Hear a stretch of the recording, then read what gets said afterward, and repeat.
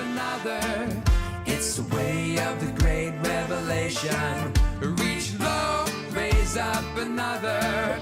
Lift up and raise an elevation. Reach low, raise up another. It's the way of the great revelation. It's the way of the great revelation.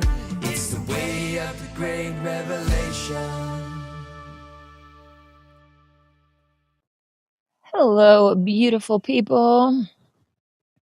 That was Blair Francis with The Great Revelation. Awesome song there. God and Goddess, thank you so much for this day and for all of the blessings that you continue to give us. Thank you for the Holy Megillah and the truth that it relays to us and all the insights that it gives to us. Please help us to learn lots more and to implement what we learn to become higher in our spiritual awareness, our spiritual life, taking another step higher on the spiritual ladder of being. In the name of Elohim I pray, amen. Today on the Nasarean calendar, it is the Sabbath, and here we go on our screen. Our God and Goddess, immanent and transcendent, send to all your angel of peace. To your spiritual kingdom, send the angel of eternal life. Such a great thing to know that we are eternal beings and that we don't have to fear death, that death is not the end, and no matter what the powers that be try to do against you and me, we will have victory if we just stay, with natural reality and consciousness, embracing that, returning to that, and it'll be a much better world. I was talking recently to a friend about how much my vision for the future has changed with the Nasarean Bible, and before, thinking about how we could have robots doing all the jobs that we don't want to do, but now my vision is more aligned with the Nasarean way, and we don't need all of those things. We really shouldn't be in big cities and having big factories and all of this mass-produced artificial stuff that fills up the landfills. It's full of plastic instead of love, right? It's not handmade, they're machines, it's mass-produced, all that stuff. So anyways, today, we're going to continue reading from the Holy Megillah, the Nasarean Bible of the Essene Way, translated by Dave Greenleaf and available at essene.org. They are currently still working on the final Megillah. The last time that I spoke with them, they are, just getting all of the formatting done, but they're also waiting on a special type of paper to be it has to be created, like the next round of paper has to be made because of the special paper quality that they're getting. So anyways, I say that in case you want to wait to purchase this beautiful book until, a lot more chapters are added to it. We are in chapter 61 and verse 149. Yesterday, we just talked about not yesterday, it was the day before, I apologize. We talked about all of Yahshua's Hatha Yoga positions and how long, he says to hold them, just as an example of what he does and what you can do as well. That took us up to to verse 149. So, having completed giving his recommended Hatha Yoga routine for spinal health and preparation for meditation, Yahshua returned again to his introduction to Essene Yoga. He describes many practices that can be included in morning service and or evening service, and describes some that are intended to be part of your daily life practice. Yahshua said, "Several of you have been to India. I recently returned from India after 7 years of study and service at the Nasarean encampment near Benares. Miriam and Yohanan also studied at that encampment, as did a few of the elders amongst this assembly. Since returning from India, I have purposefully peppered my sermons to Nasareans with Sanskrit words. When I use a Sanskrit word or term, I do so because I want my disciples to learn the meaning of the word. Original Nasarean yoga spread in India more so than anywhere else that was introduced in this world. The Hebrew letters, when rendered as fire letters, as recorded by Gilgala the Wizardess, are an excellent alphabet for spiritual symbolism and also preserve certain heavenly sounds of the cherubim. Even so, with the exception of Nasarean scriptures, Sanskrit has become the alphabet of the most spiritually advanced literature in this world. For with the spread of Nasarean teachings on yoga in India, vegetarianism spread amongst the population. Now in India, there is a larger population of vegetarians than anywhere else in this world. Because of that, the population of India has become generally more spiritual than the populations of other lands, and many of their Sanskrit scriptures thus reflect that higher level of spirituality.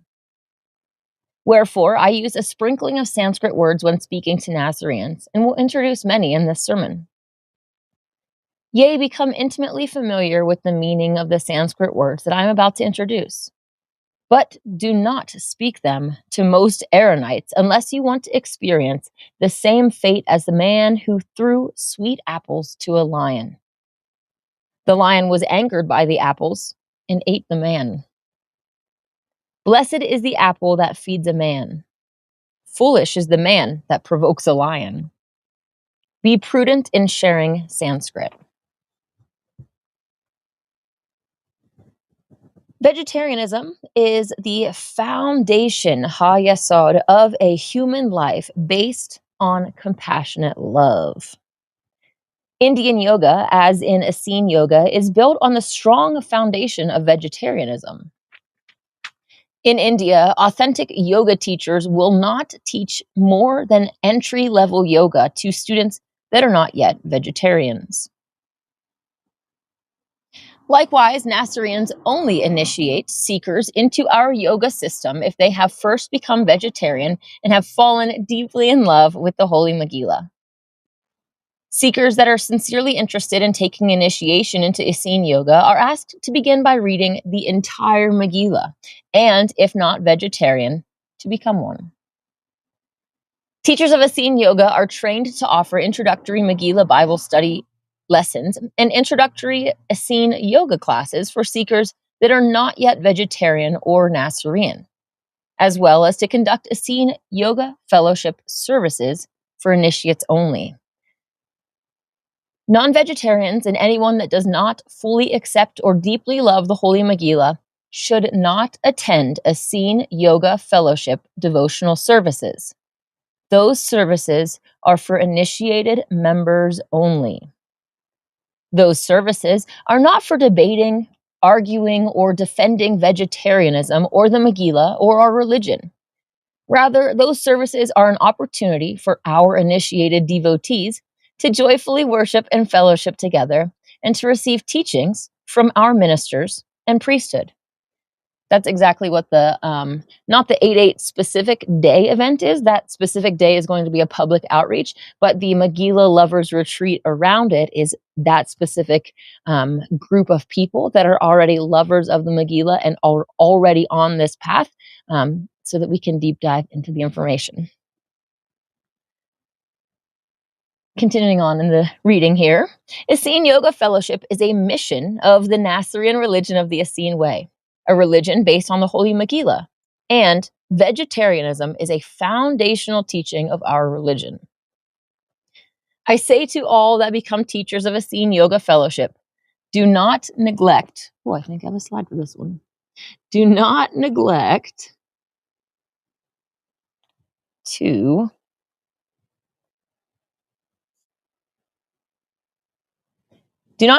to require vegetarianism of those that accept my yoke. Besides accepting vegetarianism in our basic doctrines and practices described in the Megillah, a candidate for initiation must pledge to walk the social path in our church without being a disharmonious troublemaker.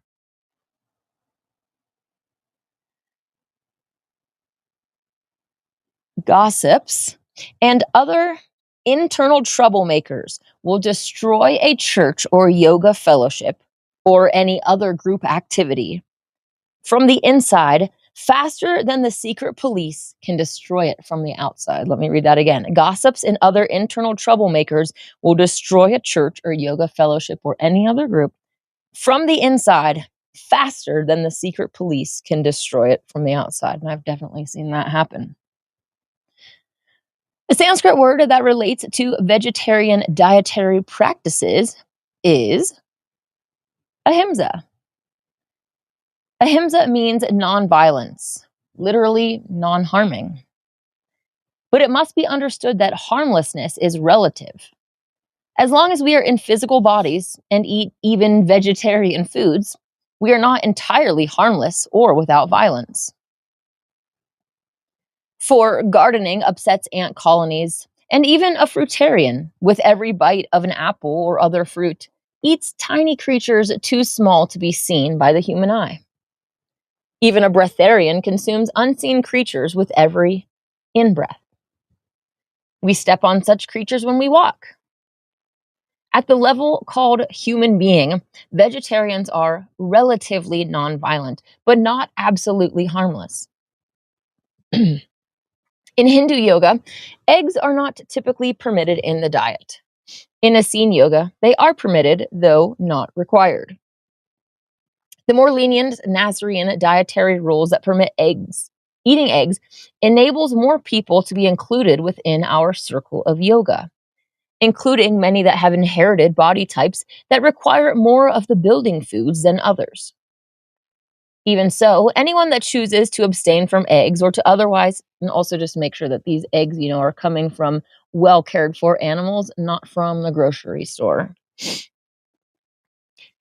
Even so, anyone that chooses to abstain from eggs or to otherwise eat a more ascetic diet may feel free to do so. If you eat a more ascetic version of the vegetarian diet than required, do not boast, not even within yourself. Both Indian yoga and Essene yoga permit dairy products from well cared for cows. Essene yoga, that's again not from the grocery store. Essene yoga advises that dairy products be fermented when feasible, but for better digestion, but that is not a requirement. Some people digest unfermented dairy products better than other persons.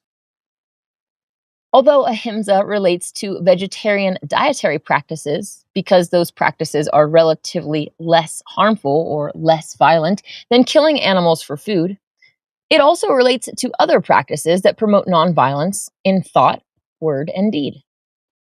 That will be made clear in the list of Yamas and Niyamas that I am about to provide. There are 5 types. There are 5 niyamas, unrestrained behaviors, and 5 yamas, restrained behaviors.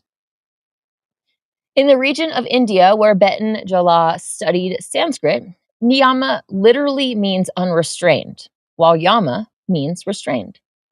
However, in my own travels, I have learned that in some regions of India, both words, yama and niyama, are considered to mean restrained. All that matters is that you understand and make clear to others that Nasareans use the word niyama to mean unrestrained behaviors and use yama to mean restrained behaviors. The list of yamas and niyamas of Betan Jala's Essene yoga have not only been embraced by me, but are spreading throughout India, though most Hindu yogis do not acknowledge their Nasarean origins.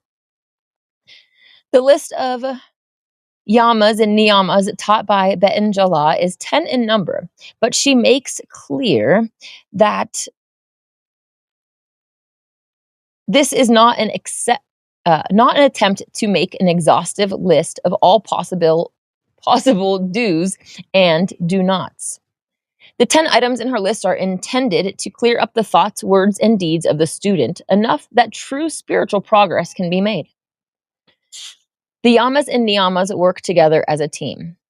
Betan Jala writes, the practice of the self-restraints, yamas, enables the unrestrained behaviors, niyamas, to flow freely. Thus, the yamas and niyamas are a team. The restraints are self-restraints because it is the yogi that restrains himself or herself from lower impulses and dark practices. The 5 self-restraints, yamas, are as follows. And again, this is not an extensive list, it's just a basic list. 1. Restraint from violence in thoughts, words, and deeds. In Sanskrit, ahimsa. For example, when you restrain yourself from eating animals, you are practicing ahimsa, nonviolence, towards animals. Ahimsa is a progressive process in nonviolent living and results in progressive ascension in heavenly consciousness. Think of it as climbing the spiral ladder of nonviolence, since absolute harmlessness is not achieved in human incarnation. Even so, we can challenge ourselves as yogis and yoginis to immediately restrain ourselves from grosser acts of violence, such as killing and eating animals, warfare, slavery, and, over time, make steady progress on the less obvious ones. Less obvious than throwing a punch or hitting a person with a club are your violent words and thoughts.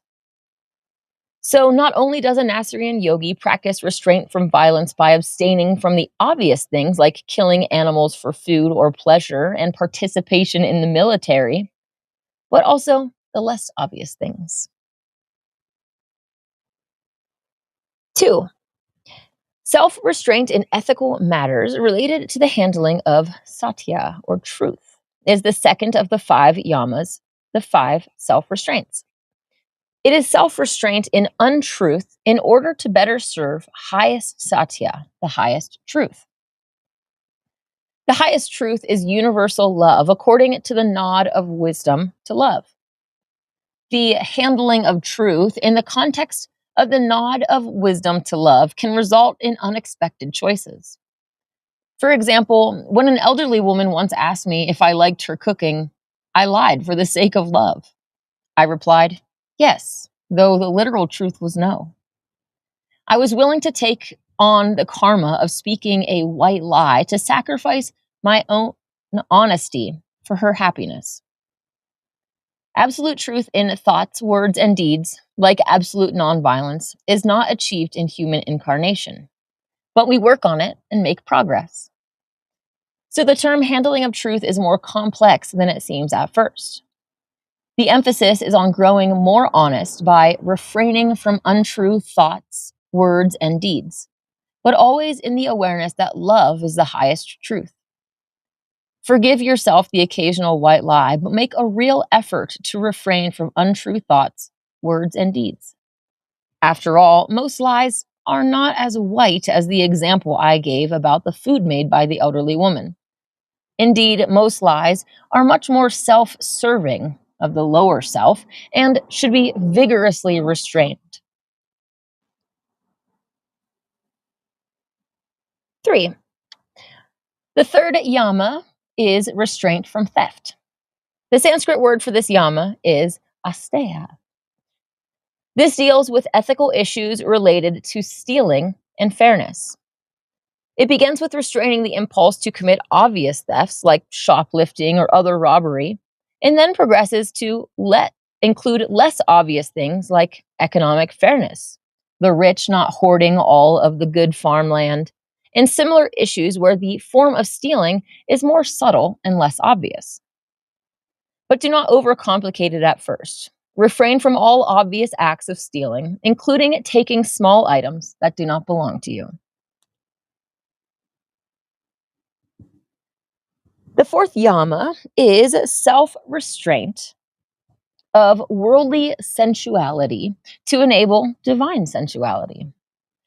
The Sanskrit word for this yama is brahmacharya, the spiritualizing of the conduct, or charya, of our natural senses by offering them to Brahma. So, spiritualizing your natural senses by offering them to deity. Brahma, like universal Yahweh, is the expansion of the one in the all. To practice brahmacharya is to restrain yourself from worldly sensuality to enable Brahma conduct of the senses. By offering our senses of gratification and eternal sensuous acts, acts like tasting, hearing, smelling, and sexual intercourse, to deity, we spiritualize them. But this is only possible if accompanied by, indeed led by, a sincere effort to restrain our impulses toward worldly sensuality. Without that restraint, the yogi is unable to truly spiritualize the senses, being too blind to perceive the spiritual alternatives, too weak to give up the worldly gratifications, and too decadent to prefer spiritual sensuality over the worldly versions. Some yogis refrain permanently from sexual intercourse as a way to transcend that form of sensuality, rather than simply spiritualizing it by practicing sacred sex after an appropriate period of abstention. That is their choice, but it is not a requirement of brahmacharya, though some celibate monks these days have been wrongly equating brahmacharya with required permanent celibacy. I say wrongly simply because the definition of the term brahmacharya does not mean celibacy and was not used in that manner by the earliest yogis. But brahmacharya does include the permanent restraint of unethical and unwise sexual conduct. Sacred sex is more appropriate than celibacy for the vast majority. Long-term sacred celibacy is appropriate for yogis and yoginis that choose to abstain from sex for wise reasons, but sacred sex is more appropriate for the vast majority.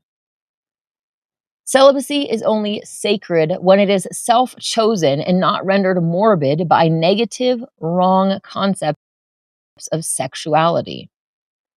And if any celibate yogi believes that their celibacy makes them holier than one that practices sacred sex, let them answer this question. If Yahweh prefers celibacy, then why is Yahweh not celibate? Consider if Yahweh were celibate, you would not exist. Nevertheless, because many ills come from unwise conduct in regard to the sexual fire, for certain individuals at certain times in their life, celibacy can be the appropriate path. Just don't consider yourself holier than those that practice healthy, sacred sex. The fifth yama, the fifth yama is self-restraint of the impulse toward greedy grasping.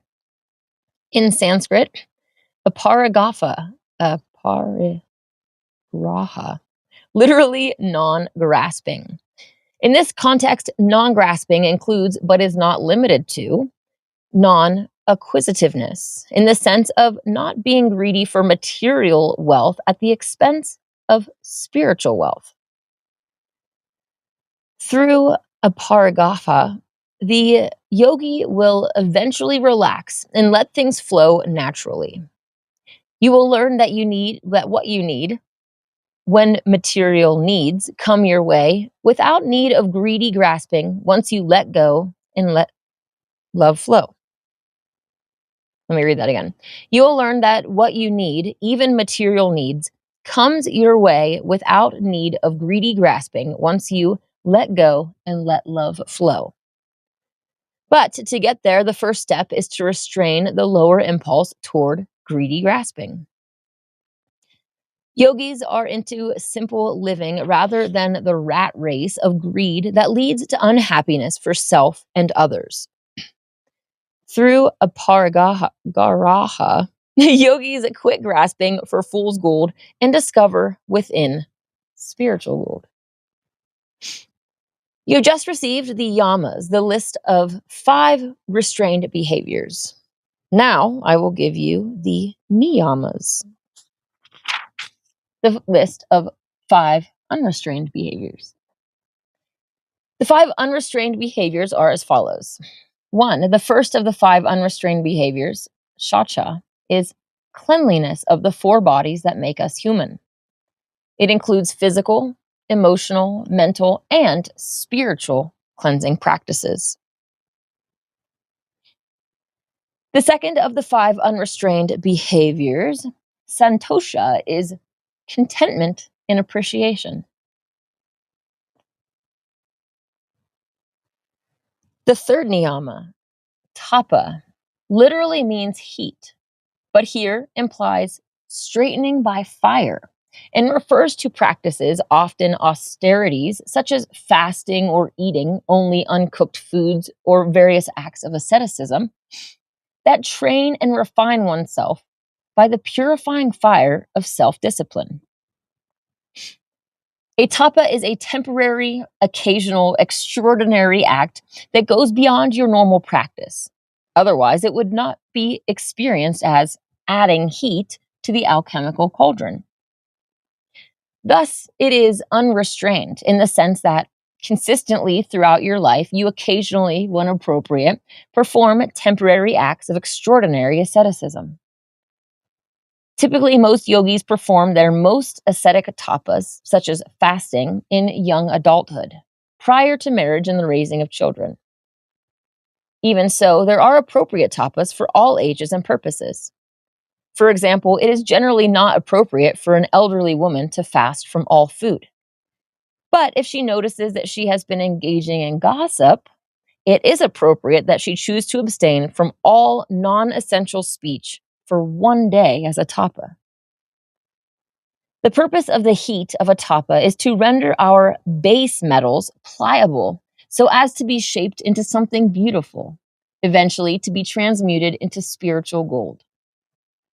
Although our daily or weekly spiritual disciplines, such things as the morning and evening Tree of Life communions and performing daily hatha yoga, are similar to tapas in that they also provide heat and alchemical transformation, their heat is more slow and steady than an occasional extraordinary tapa, like a long fast. The fourth of the 5 unrestrained behaviors is svadhyaya, the study that includes self-study, know thyself.